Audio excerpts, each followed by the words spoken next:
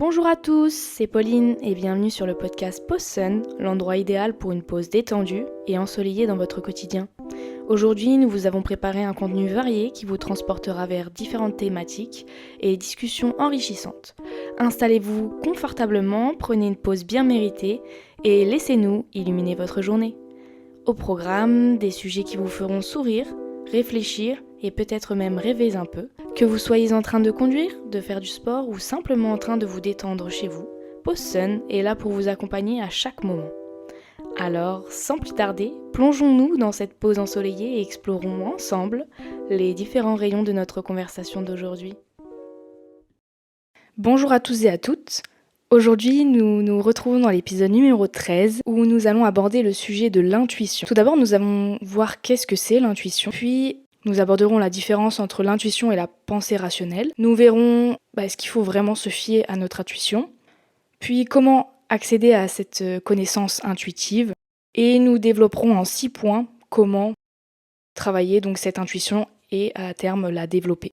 Puis nous terminerons par une petite conclusion. Tout d'abord, donc, qu'est-ce que c'est l'intuition ? Donc d'après le Larousse, c'est en gros un signe, une connaissance immédiate, et donc pour cette raison qui est évidente, qui ne recourt pas à un raisonnement. Donc en gros, vous n'allez pas vous poser 50 questions, c'est évident quoi. Étymologiquement parlant, l'intuition provient donc du mot de la langue latine intuitio, qui signifie donc vue, regard, et il est lui-même dérivé de intuere, qui est composé donc du in, qui signifie dans, et de turi, qui est donc regarder avec attention, observer, intuere. Donc intuere, désigne l'acte de regarder attentivement à l'intérieur de soi. En philosophie, c'est un terme central dans la théorie de la connaissance de Descartes. La première règle de la méthode étant de fonder tout savoir sur une évidence première, connue donc par cette intuition. C'est ce que certains décrivent comme en gros une certitude, une conviction, une évidence qui peut prendre la forme d'une sensation, d'un ressenti. Vraiment, des fois, ça peut aussi être perçu comme une petite voix, une forme de sagesse intérieure, quoi. En gros, c'est quand vous sentez à l'intérieur de vous, comme si c'était une petite ampoule qui s'éclairait au-dessus de votre tête, vraiment. Comme si c'était une évidence, quoi. Pour moi, c'est un peu comme l'Eureka, voilà. C'est ça, c'est la révélation. C'est comme dans les BD, vous voyez Eureka marqué en gros. Vraiment, c'est comme ça, en fait, pour moi. L'intuition, c'est vraiment un ressenti profond, comme dit précédemment, donc ça part d'une sorte de 6e sens. C'est-à-dire que, je sais pas, moi, maintenant, j'arrive, par exemple, à sentir des choses que précédemment je n'aurais pas réussi à faire. Je sens des choses dans mon corps comme si il y avait un 6e sens qui me dit c'est ça, en fait c'est une évidence, c'était ça ce qu'il fallait faire. Pour prendre un petit exemple, moi personnellement j'ai ressenti une énorme force de mon intuition qui me parlait à ce moment précis. Sur le coup j'ai vraiment pas du tout catégorisé ça d'intuition et puis j'ai même pas cherché à comprendre, on va dire. Mais c'est quand j'allais faire mes études et en fait pour aller faire mes études, j'ai participé à un tirage au sort et donc j'avais très très peu de chance d'être tirée au sort. Donc en parallèle, je commençais d'autres études en France parce que moi j'ai pas fait mes études en France, pour ceux qui savent, ou pour ceux qui ne savent pas. J'ai pas fait mes études en France et j'attendais un certain tirage au sort à terme pour pouvoir être prise dans mon école. Et c'était comme si en fait dans cette école, il faut remettre les choses dans leur contexte. En gros, dans cette école, il y avait une 30aine de places à tout péter. Et vraiment, on était peut-être 400 à postuler. Et il y avait tout un barème à respecter avec plein de choses vraiment très spécifiques et à tout moment, on pouvait se faire éjecter et ne pas avoir notre place. Donc c'était super stressant pour tout le monde parce que ça engendrait des coûts, il y avait pas mal de trucs pour faire un dossier et tout. Et donc j'ai commencé en parallèle l'autre école en France. Je savais que j'allais pas y rester, je sais pas pourquoi, mais c'était une sorte d'intuition à terme que j'ai ressentie. Et j'étais persuadée que j'allais être prise dans cette école. Je savais pas pourquoi, mais je le savais. Je le sentais au fond de moi. Pourtant, tout le monde avait ses chances et j'avais aussi une infime chance d'être prise. Il en a été que j'ai été tirée au sort. Et quand j'ai reçu cette annonce, je peux vous dire que c'était comme si j'étais reboostée d'énergie. Tout venait de mes pieds et tout. Vraiment comme si j'avais un courant énergétique en moi qui se réveillait. Et vraiment, c'était impressionnant. La sensation que j'ai eue quand j'ai été prise et quand j'ai su que j'allais être prise, parce que déjà inconsciemment je le savais et pour moi j'étais pas stressée. Alors que tout mon entourage me faisait réaliser que en fait j'avais peu de chance, mais comme quoi faut toujours tenter quoi. Donc voilà, ça c'était la petite anecdote de l'intuition. Qu'est-ce que c'est donc la différence entre l'intuition et la pensée rationnelle ? Donc comme j'expliquais, l'intuition c'est une genre de 6e sens. Voilà, comme là j'ai expliqué précédemment avec mon parcours scolaire, mais ça peut être pour tout et n'importe quoi. Vraiment, vous pouvez sentir des gens, vous pouvez prédire des choses juste en sentant. Après ça se travaille, c'est pour ça on verra ça par la suite. Ça se développe entre guillemets. La pensée rationnelle, contrairement donc à l'intuition, c'est lorsqu'elle utilise des concepts clairement définis et procède donc par enchaînement démonstratif. dont l'aboutissement est nécessaire parce que ça suit des règles plutôt logiques. Donc vraiment c'est du terre à terre, on va dire. C'est pas l'intuition ou c'est quelque chose que tu vas sentir, la pensée rationnelle, c'est vraiment quelque chose plutôt fondé quoi. Donc voilà, ça différencie les deux. Intuition, on n'est pas sûr, c'est juste toi, comment tu le ressens. Devons-nous nous fier à notre intuition? Alors, en fait, il faut d'abord pas mélanger donc l'intuition et nos désirs ou nos émotions, par exemple. On peut faire confiance à cette intuition, mais faut pas qu'elle soit influencée par nos sentiments. Ça, je trouve ça vraiment intéressant et très important, parce que c'est vrai que des fois, on va être dans un moment d'euphorie et tout, on va dire ouais, ça va être dingue, enfin, tu t'inventes une life, tu vois. Et pas du tout. Genre après, 10 minutes après, tu reviens sur Terre et pas du tout. Et donc, ça dépend vraiment. Il faut vraiment arriver à se recentrer sur soi, et parfois à pas forcément être influencé par tous ces sentiments, ces émotions, et tout mélanger en fait. Il faut vraiment essayer de rationaliser. Après, ça se fait généralement seul. Enfin, vous pouvez pas trop interférer là-dessus quoi. En tout cas, si vous vous faites influencer par tout ça, bah c'est plus vraiment une réaction spontanée et objective, mais c'est l'expression de notre réflexion, donc ça va être vraiment ce que l'on pense quoi. Donc il faut faire attention à nos croyances, à nos peurs qui vont se cacher dans notre inconscient et qui peuvent aussi influencer notre intuition. Ça c'est important de prendre du recul par rapport à ça. Je vous ramène aussi à l'épisode sur les croyances limitantes où c'est très important de travailler là-dessus parce qu'en fait c'est clairement nos croyances qui nous mettent des barreaux, qui nous enferment dans une certaine cage, qui nous empêchent d'aller au-delà de ça. La meilleure chose à faire donc c'est de prendre ce recul, comme j'expliquais avant, devant chaque situation et de peser le pour et le contre et de voir vraiment, après avoir pris ce recul et après s'être recentré sur soi, pour moi c'est très très important, de dire comment tu te sens en fait. Est-ce que tu sens ça va aller? Est-ce que enfin voilà, de faire un check et de savoir prendre ce recul et pas de choisir ça dans l'euphorie du moment, vraiment. Alors moi, quand j'ai été prise dans mon école, bah en fait c'est même quand j'étais seule, je savais au fond de moi que j'allais être prise. Je sais pas comment vous dire. Mais c'est pas parce que j'étais entourée de gens et tout, j'étais en mode ouais, je vais être prise, machin, j'allais me vanter. Non, pas du tout, je me vantais pas déjà. Et j'étais en mode bah enfin chacun a sa chance. Mais au fond de moi, je savais que j'allais être prise, tu vois. Voilà, c'est des choses qui te paraissent évidentes. Comment accéder à cette connaissance intuitive? Donc le mode intuitif, c'est un processus cognitif à part entière, ça va signifier que tout le monde possède donc cette compétence. Tout comme nous avons la capacité donc d'apprendre à nager, à lire, à écrire, bah l'intuition c'est pas un don en fait, c'est pas un cadeau qui tombe du ciel. Ok, on a tous l'intuition, mais il faut savoir la dompter entre guillemets et travailler dessus. Bah ouais, c'est comme un muscle, hein. C'est plus tu vas travailler ton intuition, mieux bah tu vas ressentir des choses et après ça deviendra automatique. Cette capacité donc peut être entraînée grâce à la mise en œuvre de méthodes donc d'apprentissage qui permettent de convoquer, de répéter des moments d'intuition et de mieux comprendre certaines situations et ce qui nous arrive, pourquoi, voilà, de mieux comprendre tout ça.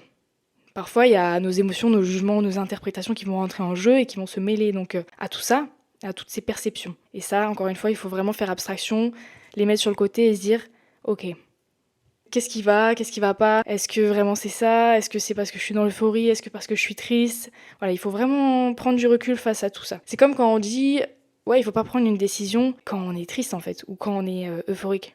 Parce qu'on n'est pas vraiment nous-mêmes. Encore, j'ai un exemple là dernièrement. J'ai été faire des courses, mais j'étais affamée. Ça, c'est encore un autre exemple. Et en fait, faut jamais faire les courses affamées parce que t'achètes tout et n'importe quoi. Moi, je me suis retrouvée à manger comme une reine après, mais vraiment, j'avais acheté 10 fois trop à manger. Et je me suis éclaté le bide, c'était trop bien. En fait, c'est comme ça.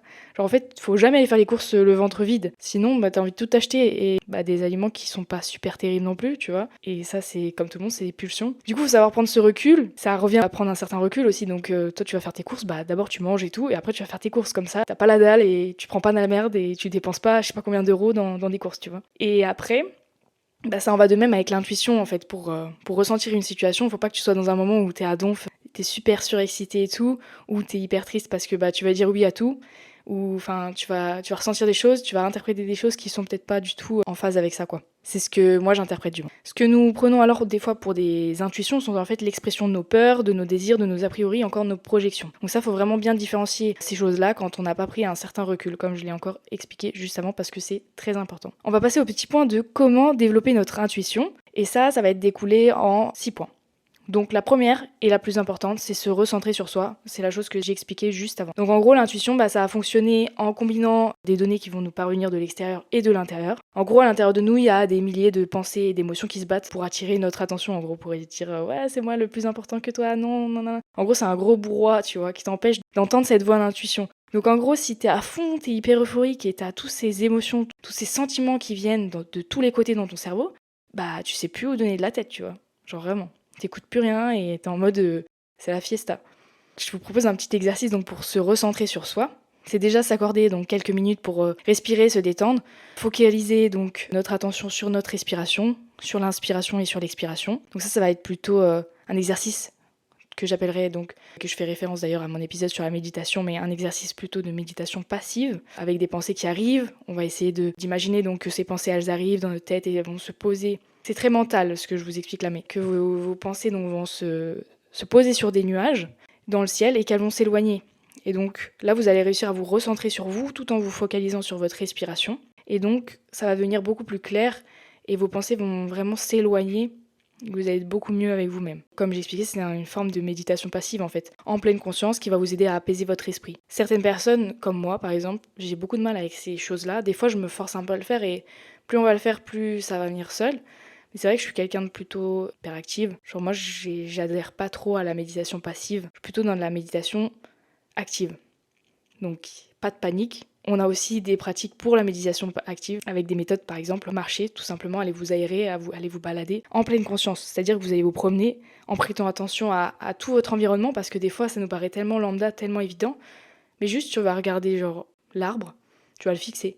Tu vas regarder des fleurs, tu vas regarder un peu des trucs comme ça, lambda, qui te paraissent basiques, tu vois, enfin, qui nous paraissent normales.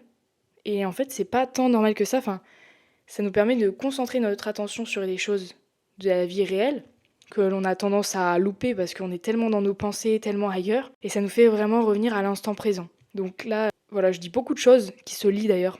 L'instant présent, la méditation, les croyances limitantes et tout ça, parce que pour moi, tout est englobé, tout se lie ensemble. C'est très important de tout nouer ensemble. Donc si vous n'avez pas écouté mon épisode sur s'ancrer et vivre dans l'instant présent, je vous invite fortement à y aller parce que c'est très important de s'ancrer dans l'instant présent, ou du moins de se ramener à cet instant présent et d'être vraiment conscient, quoi. Et donc dans cet exercice de méthode active, de méditation active, vous allez donc prendre conscience vraiment et vous recentrer sur vous-même en fait. Appréciez ces petites choses qui paraissent lambda de la vie de tous les jours parce que vous n'aviez pas l'habitude de prêter attention à ces choses-là. Par exemple, vous allez vous poser dans un parc, vous allongez et d'un coup vous allez fixer une fourmi. Pour moi c'est la même chose, c'est une sorte de méditation. Et ça vraiment, ça vous ramène à l'instant T. Et c'est très important. Donc voilà pour le petit point numéro 1 qui est de se recentrer sur soi. Concernant le petit 2, ça sera sur l'extériorisation de ses pensées et de ses émotions. C'est très important, comme j'ai dit, de vraiment savoir les mettre de côté pour ne pas qu'elles influencent vos pensées et surtout qu'il y a un brouhaha permanent et donc qu'elles noient votre intuition. Pour développer donc votre intuition, il est important d'avoir une conscience de vos émotions. Donc pareil, encore une fois, ça revient avec mes précédents épisodes, mais c'est très important sur l'épisode des émotions et de l'intelligence émotionnelle pour apprendre à gérer donc au mieux et du moins à les comprendre, toutes ces pensées, toutes ces émotions qui vous habitent en fait en permanence. Donc c'est très important de travailler là-dessus. Chaque jour, donc il va être important de faire un état des lieux de vos émotions, de vos pensées. Et c'est pour ça que je vous invite à faire le mood tracker. C'est-à-dire que chaque jour, vous allez colorier, vous allez faire des cases, ou aller voir sur mon compte Instagram, j'ai posté un mood tracker que j'ai créé, où vous allez colorier en fait et légender votre mood tracker en disant quelle émotion vous ressentez ce jour-ci, et puis faire un état des lieux en fait de ces émotions par mois et voir comment vous vous sentez et comment ces émotions et ces pensées vous hantent en fait, comment elles vous influencent, et par la suite pouvoir travailler là-dessus. C'est très important. Après l'avoir fait plusieurs fois, ce mood tracker, en fait, il sera plus utile parce que vous le ferez vous-même dans votre tête, ça sera une évidence, ça sera automatique, on va dire. Et donc, ça sera évident pour vous. Vous direz, ok, là, j'ai passé une bonne journée, ok, là, j'ai pas passé une bonne journée, pourquoi, il y a quoi à améliorer, tatati, tatata. Mais toujours essayer de sortir le positif. Donc voilà. Et donc, il faut absolument extérioriser ses pensées et ses émotions. Vous pouvez aussi le faire, comme j'avais expliqué, en écrivant tout simplement dans un journal ou dans un cahier que vous avez. Ça va permettre de les éloigner du moins de votre cerveau et de les avoir écrits noir sur blanc. Maintenant, c'est bon, c'est digéré. Vos émotions elles vont se manifester aussi sous forme de sensations physiques, c'est-à-dire que vous allez sentir des tensions par-ci par-là. Et ça aussi, il faut savoir être à l'écoute de ça. Les émotions donc négatives vont souvent brouiller votre intuition. Quand vous êtes triste, en colère, déprimé, ça va être facile pour vous de prendre une mauvaise décision, comme pour moi d'ailleurs. Parce que ça a été démontré par des recherches que des personnes qui étaient capables de faire des meilleurs choix quand ils étaient de bonne humeur, comparativement à des mauvaises humeurs en fait. Donc il faut vraiment faire attention et vraiment pas se laisser influencer par toutes ces formes de pensées et émotions et être complètement à l'écoute de son corps. Pour moi, c'est très important que d'écouter son corps parce que des fois, vous allez avoir des signaux externes, donc par tout ce qui va être l'univers, tout ce qui va être votre environnement en fait, qui vont vous envoyer des signaux en mode il faut ralentir la cadence, il faut se calmer et tout. Et vous allez pas les écouter, donc à terme, vous allez avoir des tensions, pour moi, physiques plutôt, ou du moins des choses qui vont revenir sans cesse pour essayer de vous faire prendre conscience. Ça, c'est important de les saisir et de se rendre compte de ça. Et après, à terme, pouvoir les écarter et pouvoir vraiment voir le fond de ce qui se passe. Donc extériorisez vos pensées et vos émotions, c'est très important, ou du moins mettez-les à plat sur un journal, dans votre mood tracker, et voilà, essayez de vous comprendre aussi. En petit 3, ça va être de s'intéresser à vos rêves. Alors c'est vrai que ça paraît pas évident, genre nos rêves en fait des fois on se dit on les contrôle pas, mais en fait c'est un produit de notre inconscient qui va être réinterprété. Tous nos rêves vont être réinterprétés face à notre journée qui va être passée ou imaginée face à des scénarios pouvant être ceux que l'on va vivre prochainement ou ceux qui vont arriver. Donc c'est assez fou, des fois ça nous paraît complètement abstrait parce qu'il y a des histoires assez folles parce qu'on connaît pas encore les gens, on se dit c'est qui ces gens, enfin voilà. Pourtant, c'est un processus qui est assez créatif et assez similaire au fonctionnement de l'intuition. Et pour développer notre intuition, c'est intéressant d'améliorer la mémorisation de nos rêves. Donc, tout comme les émotions, vous pouvez retracer vos rêves donc dans un journal ou dans un mood tracker de rêves, si vous souhaitez. Mais moi, je préférerais plutôt dans un journal où vous allez donc un petit exercice chaque nuit avant de vous coucher. Vous allez vous poser une question, par exemple, comment je peux travailler sur mon comportement, comment je peux m'améliorer, ou voilà, des trucs comme ça. Et au réveil, vous allez commencer par noter tout ce dont vous vous souvenez, de ce dont vous avez rêvé et tout. Et en fait, plus vous allez travailler ça, plus ça va être évident. Parce qu'au début, bien sûr, il n'y aura pas de résultat. Mais vous allez regarder ce qui va être noté, et ce que vous aurez noté, vous allez voir si ça correspond à votre question. Alors bien sûr, ça ne va pas du tout être évident au début, c'est sûr. C'est très compliqué, même moi en ce moment, je suis en train de le faire, c'est assez difficile.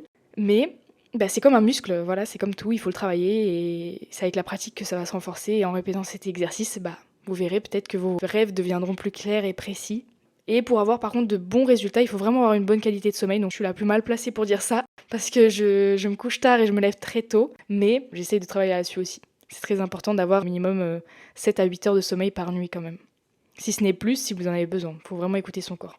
Donc ça, c'était le point petit 3, qui est donc de s'intéresser à vos rêves, qui est très intéressant aussi. En 4, ça va être de développer donc vos connaissances et compétences, parce que, comme je l'ai dit, l'intuition, en fait, c'est pas de la magie. Pour prendre une bonne décision dans une situation qui va être inhabituelle ou pour résoudre par exemple un problème complexe, il va falloir disposer d'un minimum de connaissances et d'informations face à ça. Et l'intuition, ça sera d'autant plus performant lorsque vous puiserez dans vos connaissances pratiques, en comprenant des options qui vont s'offrir à vous. Et donc par exemple, comme petit exercice qui va être intéressant de faire, c'est d'observer les gens. Moi, j'adore faire cet exercice-là. Et inconsciemment, maintenant, je le fais tout le temps. Parce que chaque fois que je vois quelqu'un, j'essaie de l'analyser, mais c'est d'observer cette personne. D'observer donc toutes ses expressions faciales quand elle parle, son langage corporel, tout ça. Et en fait, d'essayer de voir avec votre esprit, donc, quels signaux il va détecter, qu'est-ce qui nous aurait échappé, comment est cette personne. Vraiment, essayer de visualiser un peu ça. Même si c'est très difficile parce qu'on connaît pas les gens, on connaît pas leur vie, ce qu'ils ont vécu. Mais en fait, les gens, ils reflètent un peu ce qu'ils disent et tout, donc on comprend très bien en fait, inconsciemment, gestuellement parlant, c'est évident. Donc quand vous êtes dans des situations donc familières où vous avez l'habitude de voir, votre esprit va être capable de reconnaître des tendances et va vous orienter donc dans des décisions sans trop réfléchir consciemment. Mais c'est très important, avant d'utiliser votre intuition, de faire donc attention aussi, encore une fois, je dis à votre état émotionnel. Si vous êtes en colère, fatigué, anxieux, votre intuition va vous tromper. Et ça, c'est très important. Donc ça, c'était le point numéro 4, et c'est de développer donc vos connaissances et compétences, tout en travaillant donc cette intuition. Donc en mettant de côté vos pensées, vos émotions, et voilà, en pratiquant des petits exercices, en essayant de réfléchir à des choses, d'anticiper des choses, ou même, par exemple, je sais pas, vous faire des petits, pas des petits paris, mais de dire, vas-y, vous êtes habitué d'entendre des bruits de vos voisins, des trucs, vous essayez de deviner qui rentre, si vous êtes en coloc, vous essayez de deviner quel coloc rentre dans la maison, rien qu'au bruit. Et ça, je trouve que c'est des petits exercices sympas. Voilà, vous faites ça qu'avec vous, mais de toute manière, donc personne vous jugera. En petit 5, ça sera les synchronicités. Ça rejoint aussi l'épisode que j'ai fait avec Pauline sur les signes de l'univers. C'est en gros, vous allez demander une réponse à l'univers, à Dieu, à la lumière, tout ce que vous voulez, ce dont vous croyez. Et ensuite, il va falloir être attentif pour voir ces réponses dans le monde qui nous entoure. Donc en gros, comme j'expliquais, soit vous allez voir des phrases, soit vous allez voir des mots, des chiffres, par exemple sur des affiches dans la rue, sur, je sais pas, la radio, vous allez entendre quelqu'un qui va parler, si vous écoutez la radio, quelqu'un qui va parler d'un truc, mais en fait ça va faire tilt, un chiffre que vous allez voir en permanence et que vous cherchez pas forcément, comme j'ai dit, il faut pas chercher non plus à voir ces choses-là pour avoir une réponse à vos questions ou autres, mais il faut juste prendre ce qu'il y a. Ça va parfois être des coïncidences qui vont se répéter et vous allez donc analyser la survenue de ces coïncidences pour orienter vos choix. C'est assez intéressant comme façon de faire. Tout le monde n'aime pas cette façon de faire et donc ça c'est propre à chacun. Il y a aussi donc des visualisations réceptives. Vous allez vous poser une question avec une demande visuelle, vous vous connectez aux images que vous recevez lorsque vous méditez, par exemple, ou vous allez réfléchir, par exemple, je veux réussir à être dans cette école. Vous n'arrêtez pas de visualiser ça. Quand vous entrez en contact avec votre intuition, ça va être intéressant de travailler là-dessus en ayant les yeux fermés. Donc la visualisation réceptive, c'est très intéressant. Donc c'est tout simplement de la visualisation. Vous allez visualiser quelque chose que vous voulez absolument. C'est comme de la manifestation, entre guillemets. C'est des choses qui vont vous permettre d'attirer à vous. Ça en revient à la loi de l'attraction, encore une fois, mais ça va vous permettre d'attirer à vous ce que vous désirez le plus profond. En petit 6, ça va être le dernier point de comment développer donc notre intuition. Ce petit 6, donc, ça va être de tout simplement exercer votre intuition, par exemple en s'entraînant à deviner qui vous envoie un message quand votre téléphone va sonner. Tout simplement. Et donc vous faites des sortes de paris comme quand, par exemple, vous rentrez chez vous le soir et vous ignorez quelle heure votre colocataire va rentrer ou quoi, et vous allez entendre du bruit, vous allez deviner quel coloc arrive, si vous êtes dans une grande coloc. Vous allez essayer de ressentir en fait toutes ces sensations physiques qui vous indiqueraient donc dans la façon dont votre colocataire marche, ou il claque la porte, ou voilà, propre à chaque personne en fait. Ça, c'est vraiment des petits exercices pour essayer d'exercer votre intuition et du moins de travailler là-dessus, parce que plus vous allez le travailler, plus ça va être une évidence pour vous.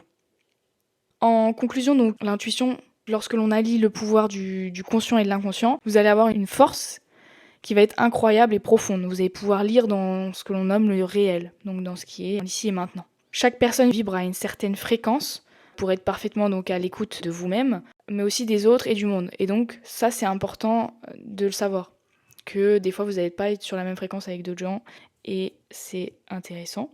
Vous vous connectez parfois avec votre moi profond, qui est super intéressant parce que c'est votre subconscient, donc des fois vous allez avoir des réactions, mais c'est dû à votre subconscient.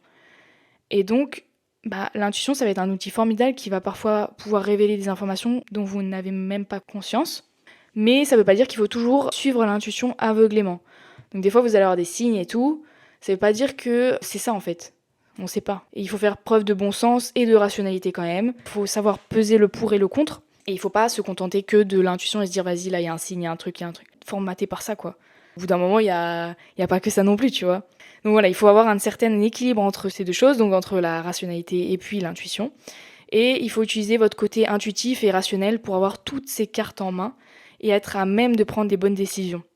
Comme moi, où je me suis dit, quand j'ai dû aller hors de la France pour faire mes études, je savais que ça m'appelait en fait. Pour moi, c'était une évidence. C'était comme ça. Et en fait, je me suis donné toutes les cartes en main, c'est-à-dire que j'ai fait ce qu'il fallait pour la France. Je me suis dit, je perds rien, je m'inscris en France. Voilà, je vais faire le cursus basique, entre guillemets. Mais je tente aussi dans d'autres pays, et comme quoi, qui ne tente rien n'a rien. Et c'est pour ça que parfois, il faut quand même savoir faire la part des choses, parce que il faut savoir se retourner assez rapidement, parce qu'on sait pas. Parce que moi, j'étais persuadée que j'allais être prise et tout, mais on sait jamais. Et ça, c'est un exemple parmi tant d'autres, parce qu'il y a plein d'exemples où vous pouvez sentir des choses. Tout simplement, vous pouvez sentir vos amis, ou sentir juste si c'est une bonne fréquentation, une personne que vous avez rencontrée. Et moi, je sais que maintenant, genre à terme, vu que j'ai beaucoup travaillé sur mon intuition, quand je rencontre quelqu'un, je sais si c'est quelqu'un avec qui j'ai envie de parler encore ou pas. Dans la seconde qui suit, si elle me parle et de façon gestuelle, comment elle se comporte et tout, je sais tout de suite si j'ai envie de continuer à lui parler ou pas. Donc en gros, si je fais un date ou quoi, je vois la personne, je sais exactement si ça matchera ou pas. Elle ouvre la bouche 2 minutes, je sais. Même si je connais rien à sa vie ou pas, voilà, c'est une évidence. Et il y a plein de petits trucs comme ça maintenant, je sais, je le sens en fait. Il faut vraiment être à l'écoute de soi et pas de ses sentiments, pas de ses émotions, mais vraiment à l'écoute de son moi profond. C'est pour ça que je dis que c'est très intéressant et très important de se connecter avec son soi et de ressentir aussi sur quelle fréquence on est et avec quelle personne ça pourrait matcher ou pas. Parce que, encore une fois, il faut être à l'écoute de soi et pas devoir tolérer des gens qui sont pas alignés avec nous, qui ne partagent pas la même façon de penser que la nôtre. Ça n'a aucun intérêt, on n'a qu'une vie, les gars. Ok ? Donc allez pas vous ennuyer là à devoir supporter des gens qui sont vraiment pas en phase avec vous-même et perdre votre temps avec ces gens-là en fait. Voilà par rapport à l'intuition et des petites anecdotes que j'ai pu en tirer. Moi, je l'utilise tous les jours et c'est primordial dans ma vie. Parfois, je pèse le pour les comptes grâce à ça. Alors je vous dis pas que je fais tout avec, comme j'ai dit dans ma conclusion, bien sûr que je prends du recul face à ça parce que tout n'est pas à prendre à la légère non plus face à l'intuition, mais des fois quand on est en hésitation, on est là: «Ouais, je sais pas et tout», c'est une très bonne aide. Et voilà, c'est déjà la fin de notre moment ensoleillé sur Pause Sun. J'espère que cette pause vous a apporté un rayon de positivité et d'inspiration. Si vous avez aimé cet épisode, n'hésitez pas à le partager avec vos proches et à me laisser un commentaire sur la plateforme sur laquelle vous m'avez écouté ou sur Instagram sur la page Pause Sun. On se retrouve la semaine prochaine pour la suite des épisodes de Pause Sun à base de positivité et de vibes ensoleillées. D'ici là, prenez soin de vous. C'était Pauline sur Pause Sun. Ciao ciao!